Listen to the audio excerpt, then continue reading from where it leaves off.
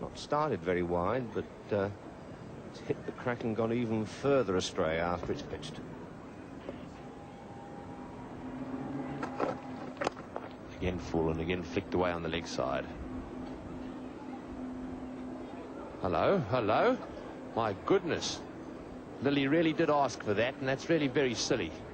Javed Miandad, hello. My goodness. Well, this is absolutely disgraceful. It really is absolutely stupid. I cannot understand. Lillee actually asked for that. He encroached upon Javed Miandad's line, and we very nearly had ourselves a fight on the ground. I really think that that's very silly, and I think that Greg Chappell is actually having a pretty harsh word there with Dennis Lillee. I sincerely hope so, because that was a terrible thing to see on the cricket field. Really is taking antagonism far too far. We're glad to see Greg Chappell come into that. And as you can see, really there, aiming a kick at Javed Miandad, and Miandad aiming to hit Lillee with a bat. And umpire Crafter here doing a very good job. That was the second part of that incident. In fact, I would suggest that it was started by Lillee on this occasion. Lillee gets his hands up and, in fact, moves backwards now to get into Javed Miandad's way, I think. Javed Miandad prepared to go around him. Lillee moving across into his way. Now, remember, Javed Miandad's out of his crease there. Lillee sticking the shoulder into Miandad, and, of course, Miandad pushing him because he's got to get into the batting crease. And Miandad has a hit at that one, and it's gone down to deep mid-wicket. And so that's how that little incident started, and there's no doubt in my opinion that it was started by Lillee. And it really was a nasty one. Yes, I'd be very interested to know what the exchange of words were out there before Lillee did move into Miandad's path. Very difficult to judge from this distance.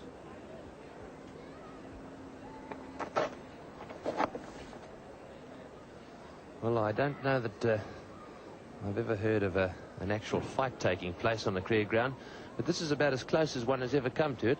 Lillee moving across, putting his shoulder into Javed Miandad's chest. Miandad has to try and go for his crease, because if he doesn't, he could be run out. Lillee then turns around and points towards the umpire as if to say, Pakistani manager with a cigarette in his hand, he's got big enough problems without having incidents to worry about. His team is about to get slaughtered. But they are very seriously, obviously, discussing the incident. And it wouldn't surprise me if we heard a rumour or something of that sort suggesting that the Pakistanis might be going home. We quite often hear those sort of rumours when incidents like this take place. That's a fine shot by Raja, beautifully placed down the ground. As we see it, now veering slightly away from the Australian fast bowler, and as I see it, just a little verbal coming into the thing there, and Lillee reacts by coming across towards the Pakistan captain. Now, it's at that point, with Javed pushing out the bat, that the Australian players who sat in judgment on this thing say that Javed shoved the bat at Dennis Lillee. That's their version of it. The umpire now comes in. Very quick work by Tony Crafter to get in there. And then we had the two unsavoury things that I hope never to see repeated on a cricket field. Perhaps Tony Crafter would have been better off not to be there. Might have brought it all to a very speedy halt. So that's the way it happened on our screens. That's one of the replays we have. We have others, but that basically is what happened. You saw it yesterday, you saw it last night. We've shown you again this morning, and we now give you the Pakistan captain, Javed Miandad. Well, Dennis Lillee, what started it all? Actually, you know, when I played ball on leg side, and I was just looking there and I was taking singles, and when I was going to other ends, and obviously Lillee, he stopped me, and he was abusing me, and obviously when I saw ball went to Gordy Marsh and he was trying to hit other end, and I pushed him, and after that he kicked me, and I think then after that, umpires come between us, and he start abusing me and using dirty words to me, and obviously he upset me after that.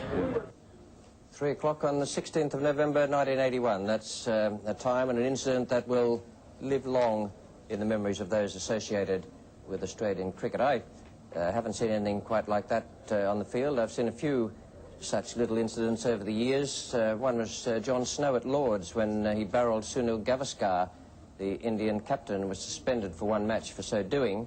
That was in the Indian second innings of that Lord's Test match, where Gavaskar finished up making 53 and India saved the match. They needed something like 30-odd on the last day to win with 2 wickets in hand, and it was a game that was washed out on the final day, so it was all inconclusive, and by an ironic twist, John Snow in that match to that date made his highest first-class score. He top-scored for England with 73. He was out of the next Test match, a suspension, but he came back in for the one after. It didn't actually affect his career because he remained top-class bowler with England for quite a few years to come.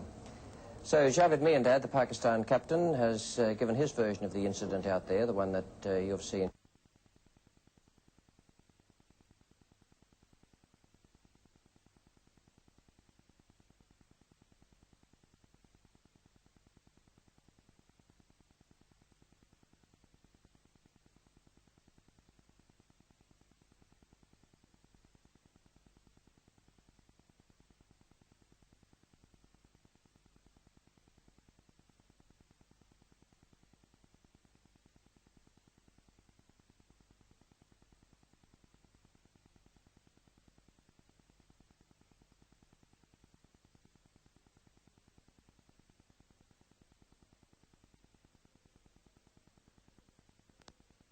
Had there been a bit of exchange of words before that? Miandad had sort of a couple of times said a few things. I'd said a few things. We'd both exchanged pleasantries or whatever. But yeah, it had been going on for some time. I think it's probably been going on for a few years as well. So it's nothing new. But yeah, it's nothing out of the ordinary. Some chipping going on. What about the kick? Do you regret that? I think I believe in an eye for an eye. I've always believed that. I think if someone started something, I believe that you're within your rights to do something. I don't think it was probably the right thing to do, but also bearing in mind that he was bearing down on me with a bat too at one stage, so obviously he was fairly keen to, I don't think he probably mentioned that in his interview, but he was obviously fairly keen to do something himself. So, you know, I think you've got to look at both sides, and I don't feel, to be honest, that there would have been any incident at all if he hadn't charged into me. So I lay the blame completely on his shoulders. You've got a slight divergence of opinion there. They don't seem to be as one on exactly what happened. And as I say, you can have a look at the replays in your home living room and continue to make up your own minds. We also talked this morning with the Australian team manager, John Edwards.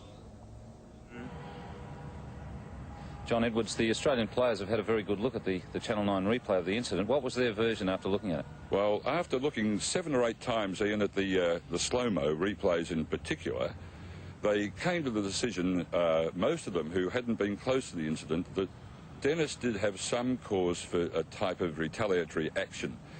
At the same time, not condoning his action in any shape or form. They made that perfectly clear. But the reason that their fine was $200, which seems pretty light on the face of the what happened, was so low, was because they thought that the first actual physical contact was made by Javed. And that's after watching the slow-mos several times in that room, just one after the other. So probably something no one in Australia has had a chance to do, see so many in such a short time of it.